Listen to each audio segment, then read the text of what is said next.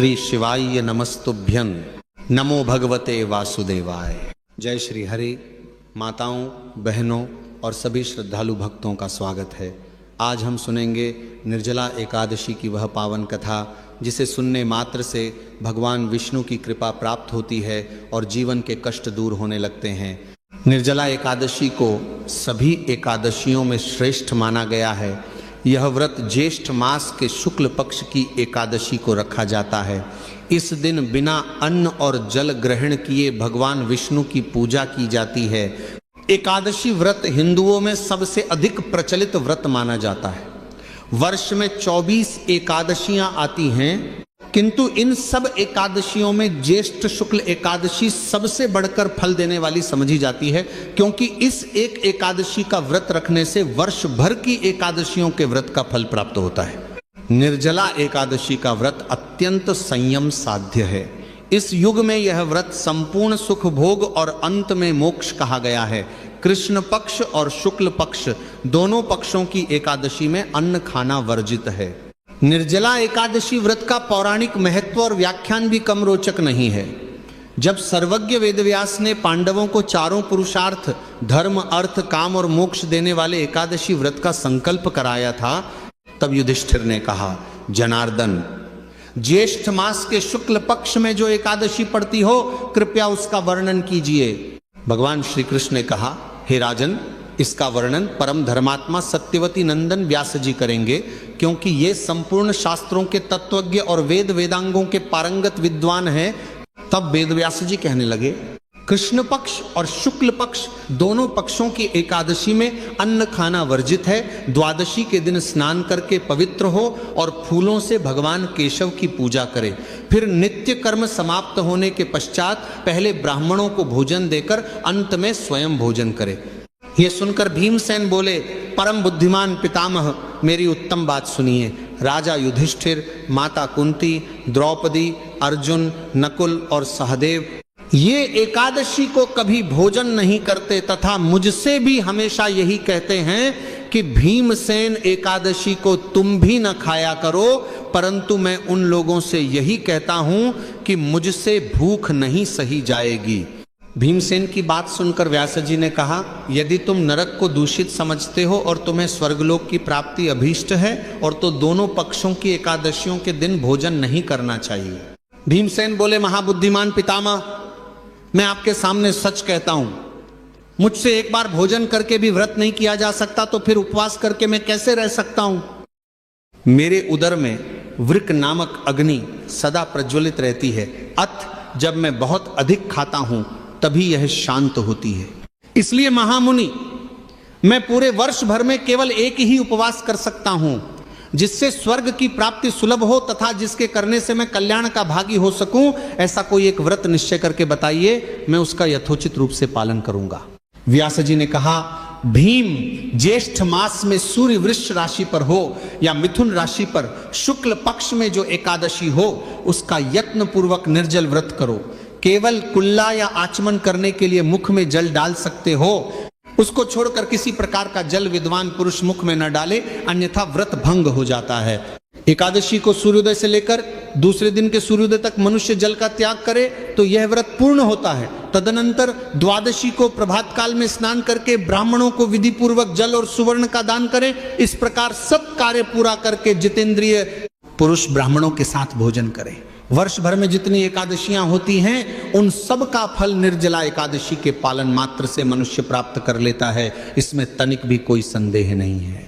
शंख, चक्र और गदा धारण करने वाले भगवान केशव ने मुझसे कहा था कि यदि मानव सबको छोड़कर एकमात्र मेरी शरण में आ जाए और एकादशी को निराहार रहे, तो वह सब पापों से छूट जाता है। एकादशी व्रत करने वाले पुरुष के पास विशालकाय, विकराल आकृति और काले रंग वाले दंड पाशधारी भयंकर यमदूत नहीं जाते।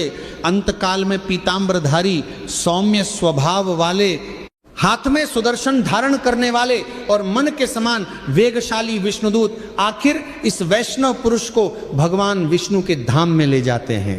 अत निर्जला एकादशी को पूर्ण यत्न करके उपवास और श्री हरि का पूजन करो। स्त्री हो या पुरुष, यदि उसने मेरु पर्वत के बराबर भी महान पाप किया हो तो वह सब इस एकादशी व्रत के प्रभाव से भस्म हो जाता है। जो मनुष्य उस दिन जल के नियम का पालन करता है वह पुण्य का भागी होता है। उसे एक एक प्रहर में कोटि कोटि स्वर्ण मुद्रा दान करने का फल प्राप्त होता सुना गया है। मनुष्य निर्जला एकादशी के दिन स्नान, दान, जप, होम आदि जो कुछ भी करता है वह सब अक्षय होता है। यह भगवान श्री कृष्ण का कथन है। निर्जला एकादशी को विधिपूर्वक उत्तम रीति से उपवास करके मानव वैष्णव पद को प्राप्त कर लेता है। जो मनुष्य एकादशी के दिन अन्न खाता है वह पाप का भोजन करता है। इस लोक में वह चांडाल के समान है और मरने पर दुर्गति को प्राप्त होता है। जो ज्येष्ठ के शुक्ल पक्ष में एकादशी को उपवास करके दान करेंगे वे परम पद को प्राप्त होंगे। जिन्होंने एकादशी को उपवास किया है वे ब्रह्म हत्यारे, शराबी, चोर तथा गुरुद्रोही होने पर भी सब पातकों से मुक्त हो जाते हैं। कुंती नंदन, निर्जला एकादशी के दिन श्रद्धालु स्त्री पुरुषों के लिए जो विशेष दान और कर्तव्य विहित है उन्हें सुनो। उस दिन जल में शयन करने वाले भगवान विष्णु का पूजन और जलमयी धेनु का दान करना चाहिए अथवा प्रत्यक्ष धेनु या घृतमयी धेनु का दान उचित है। पर्याप्त दक्षिणा और भांति भांति के मिष्ठानों द्वारा यत्नपूर्वक ब्राह्मणों को संतुष्ट करना चाहिए।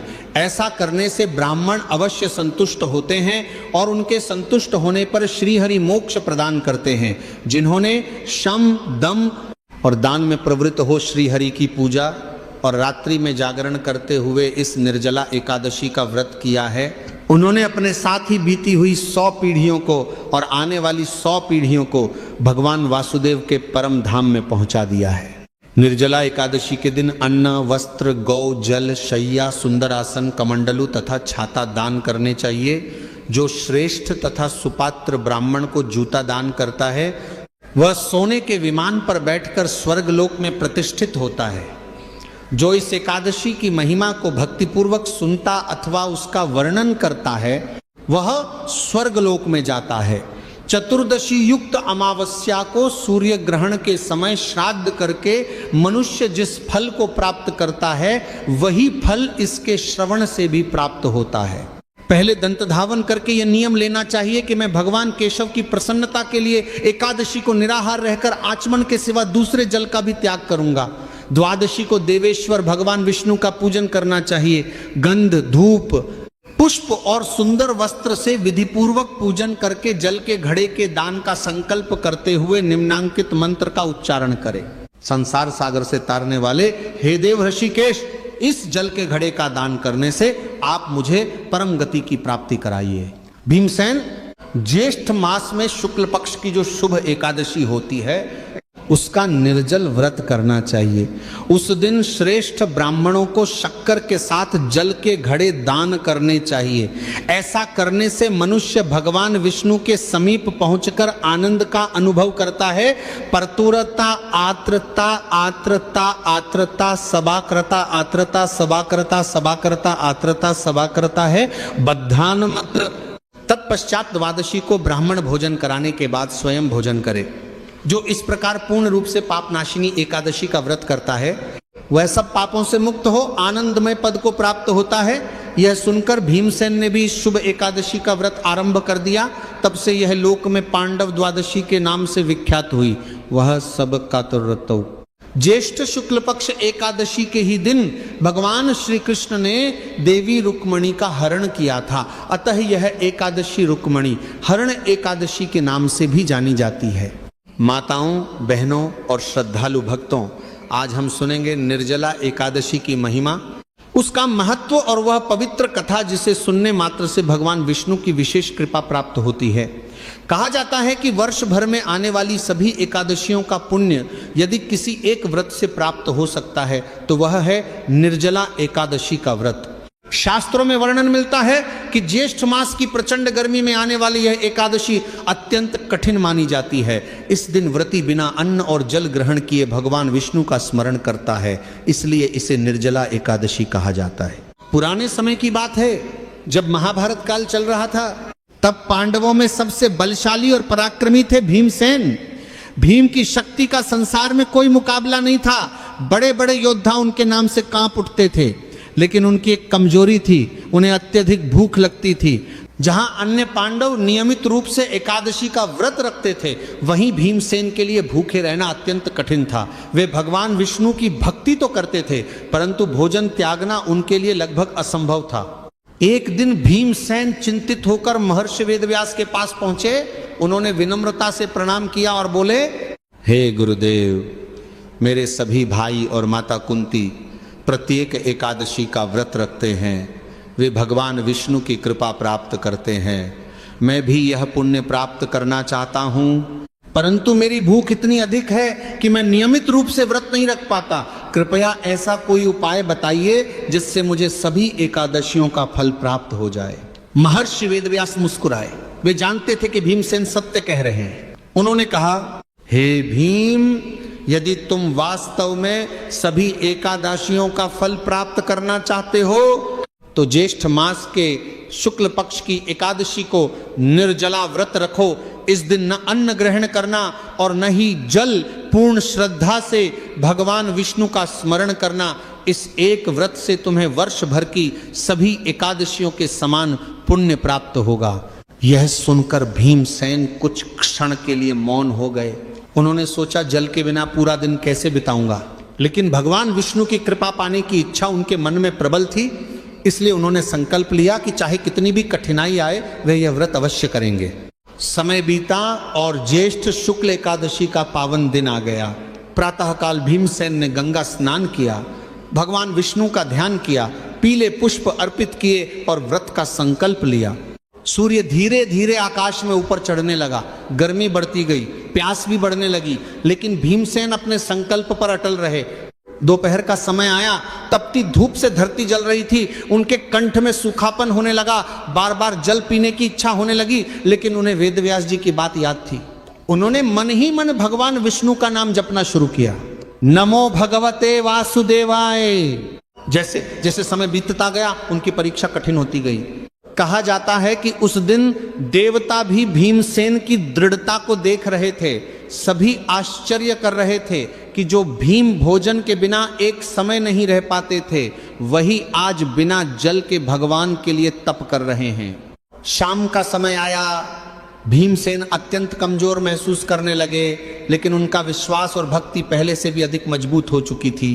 वे भगवान विष्णु की मूर्ति के सामने बैठे और प्रार्थना करने लगे, हे नारायण, यदि मेरी भक्ति सच्ची है तो मुझे यह व्रत पूर्ण करने की शक्ति प्रदान कीजिए। कहा जाता है कि उसी समय भगवान विष्णु की दिव्य कृपा उन पर बरसने लगी। उनके मन में नई ऊर्जा का संचार हुआ। रात्रि भर उन्होंने जागरण किया, हरि नाम का कीर्तन किया, भगवान के गुणों का स्मरण किया। जब द्वादशी का सूर्योदय हुआ, तब उन्होंने विधि विधान से भगवान विष्णु की पूजा की, दान किया, ब्राह्मणों को भोजन कराया। इसके बाद विधि पूर्वक व्रत का पारण किया। उसी क्षण आकाश में दिव्य प्रकाश प्रकट हुआ। भगवान विष्णु की कृपा से भीमसेन को सभी एकादशियों का पुण्य प्राप्त हुआ। आकाशवाणी हुई, हे भीमसेन, तुमने श्रद्धा और विश्वास से निर्जला एकादशी का पालन किया है, इसलिए तुम्हें वर्ष भर की सभी एकादशियों का फल प्राप्त होगा। यह सुनकर भीमसेन का हृदय आनंद से भर गया। तब से ये एकादशी भीमसेनी एकादशी और पांडव एकादशी के नाम से प्रसिद्ध हो गई। लेकिन भक्तों, निर्जला एकादशी की महिमा केवल यहीं समाप्त नहीं होती। इस व्रत से जुड़े कई ऐसे रहस्य हैं जिनके बारे में बहुत कम लोग जानते हैं। कहा जाता है कि इस दिन स्वयं भगवान विष्णु अपने भक्तों के घरों में सूक्ष्म रूप से विचरण करते हैं और उनकी भक्ति को स्वीकार करते हैं। जो भक्त श्रद्धा से व्रत रखते हैं, भगवान उनके जीवन के अनेक कष्ट दूर करते हैं। माताओं, बहनों और श्रद्धालु भक्तों, निर्जला एकादशी की कथा का पहला भाग आपने सुना, जिसमें भीमसेन द्वारा इस महान व्रत को करने का प्रसंग बताया गया। अब आगे सुनिए इस व्रत की अद्भुत महिमा, एक प्रेरणादायक कथा और वह पुण्य फल जिसके कारण इसे सभी एकादशियों में सर्वश्रेष्ठ कहा गया है। कहा जाता है कि एक समय देवलोक में देवताओं के मध्य चर्चा चल रही थी। सभी देवता भगवान विष्णु की स्तुति कर रहे थे। तभी देवर्षि नारद ने भगवान से प्रश्न किया, हे प्रभु, कलयुग में मनुष्य अनेक प्रकार के कष्टों से घिरा रहेगा, उसकी आयु कम होगी, मन अशांत रहेगा और वह धर्म के मार्ग से भटकता रहेगा। ऐसे में कौन सा व्रत उसे शीघ्र पुण्य और आपकी कृपा प्रदान कर सकता है? भगवान विष्णु मुस्कुराए और बोले, हे नारद, ज्येष्ठ मास की शुक्ल पक्ष एकादशी को जो भक्त श्रद्धा से निर्जला व्रत करता है उसे सभी एकादशियों का फल प्राप्त होता है, उसका जीवन पवित्र होता है और मृत्यु के बाद उसे मेरे धाम की प्राप्ति होती है। यह सुनकर नारद जी अत्यंत प्रसन्न हुए। इसी समय पृथ्वी लोक में एक नगर था। उस नगर में एक व्यापारी रहता था। वह धनवान तो था, लेकिन उसके जीवन में शांति नहीं थी। उसके घर में हमेशा कलह रहती थी, व्यापार में हानि होती रहती थी, संतान उसकी बात नहीं मानती थी और सबसे बड़ी बात, उसे हर समय किसी अनजाने भय का अनुभव होता था। एक दिन नगर में एक संत पधारे। व्यापारी ने उनके दर्शन किए और अपनी सारी समस्याएं बताईं। संत ने ध्यान लगाया और बोले, पुत्र, तुम्हारे जीवन में जो कष्ट हैं उनका कारण केवल वर्तमान कर्म नहीं बल्कि पूर्व जन्मों के कर्म भी हैं। यदि तुम भगवान विष्णु की कृपा चाहते हो तो निर्जला एकादशी का व्रत करो। व्यापारी ने पूछा, गुरुदेव, क्या केवल एक व्रत से मेरे जीवन में परिवर्तन आ सकता है? संत बोले, यदि श्रद्धा सच्ची हो तो भगवान एक क्षण में भाग्य बदल सकते हैं। व्यापारी ने संत की बात मान ली। जब निर्जला एकादशी आई तब उसने प्रातःकाल स्नान किया, भगवान विष्णु का पूजन किया, तुलसी दल अर्पित किया और पूरे दिन उपवास का संकल्प लिया। दोपहर तक सब कुछ ठीक रहा, लेकिन जैसे जैसे समय बीतता गया उसे प्यास सताने लगी। उसका मन बार बार कहने लगा, थोड़ा सा जल पी लेने में क्या हानि है। लेकिन तुरंत उसे संत के शब्द याद आ जाते हैं। वो फिर भगवान का नाम जपने लगता। संध्या के समय उसने दीपक जलाया, विष्णु सहस्रनाम का पाठ किया, रात्रि में जागरण किया। जब द्वादशी का सूर्योदय हुआ तब उसने ब्राह्मणों को दान दिया, जल से भरा हुआ कलश दान किया, अन्न और वस्त्र दान किए, फिर विधि पूर्वक पारण किया।